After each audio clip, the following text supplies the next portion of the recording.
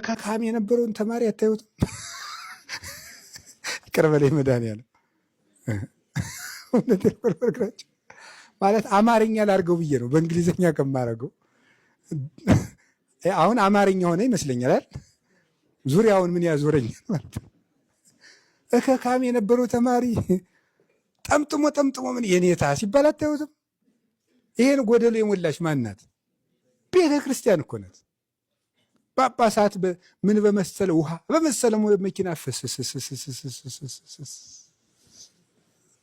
ማን ያደረገች? ያንን ቤተ ክርስቲያን እኮ ናት።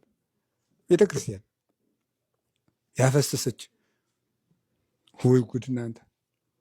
ታሚ አድርሰናል እየተባለ የነበረው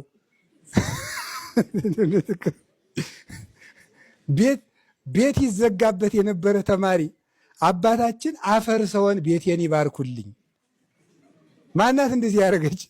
ንገሩኝ እንጂ ቤተክርስቲያን። ኧረ ስራ የለም መሰል አድርሻለሁ አልኩ እኮ ሲባል የነበረው አባቴ በሞቴ ከኔ ቤት ገብተው ባርከውልኝ ይሄዱ። ይሄ እኮ ቤተ ክርስቲያን ነው። ይቺ ቤተ ክርስቲያን ብትቆም እኮ ሁላችንም ባዶ እኮ ነን። እንኳን የነፍሱ እንዲህ እኮ የሚጠገብባት እርስ በርስ የምንናታረክባት ቤተክርስቲያን እኮ ስላበላችን፣ ስላጠጣችን፣ ስላለበሰችን ነው። ከሜዳ ሰብስባ እንደ ምናምንቴ እንጨት አምጥታ ያቺ ታውቋታላችሁ አይደል? መጽሐፈ ነገሥት ላይ ያለችው የኤልሳ ሴት ያቺ ድሃ ሴት ባሌ ተበድሮ ሙቶ ባለዕዳዎች የምከፍለው ባጣ ልጄን ለባርነት ሊወስዱብኝ ነው ያለችው። ምንድን ነው ያለ?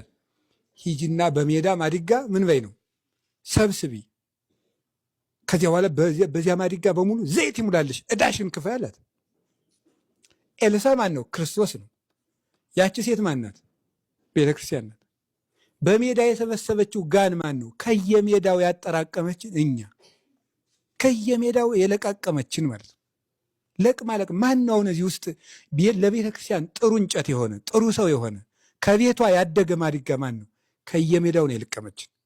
ከጣጥራስ፣ ከአቃሊት፣ ከሀገሪት፣ ከሮቢት፣ ከአሕዛብ፣ ከሕዝብ ይላሉ አባቶቻችን። እንደው ዝም ብሎ ከምስራቅ፣ ከምዕራብ፣ ከሰሜን፣ ከደቡብ፣ ከሕዝብና ከአሕዛብ ሰበሰበ ለማለት ከጣጥራስ፣ ከአቃሊት፣ ከሀገሪት፣ ከሮቢት፣ ከአሕዛብ፣ ከሕዝብ ይላሉ። እና በሜዳ ነው የሰበሰበን ክርስቶስ። ሜዳ እንዲህ ቤተ ክርስቲያን ውስጥ ስንት ነው ያደረገ ክርስቶስ። ዮሐንስ ወንጌል ምዕራፍ 2 ላይ ውሃው ምን ሆኗል ነገሩ እንጂ። እና ውሃው ወይን የሆነባት ማን ትመስላችኋለች? ያቺ ህብረት ቤተ ክርስቲያን እኮ ናት። 12 ደቀ መዛሙርት 72 ቋንቋ የተናገሩበት ምንድን ነው? እንዘ ጉባኤኑ እሙንቱ ውስተ አሐዱ ቤት ወረደ ላዕሌሆሙ መንፈስ ቅዱስ ከመ እሳት ወተናገሩ በነገረ ኩሉ በሐውርት። ስለዚህ በሁሉም ቋንቋ በአንድ ላይ ተሰብስበው ሳለ መንፈስ ቅዱስ ወረደባቸው፣ በዓለሙ ሁሉ ቋንቋ ተናገሩ። የቅዱሳን ሐዋርያት ችግራቸው የተፈታላቸው በቤተ ክርስቲያን ነው። የእውቀት እጥረት ነበረባቸው፣ የቋንቋ እጥረት ነበረባቸው፣ ድካም ነበረባቸው፣ ፍርሃት ነበረባቸው። ያ ችግራቸው የተፈታ በቤተ ክርስቲያን ነው።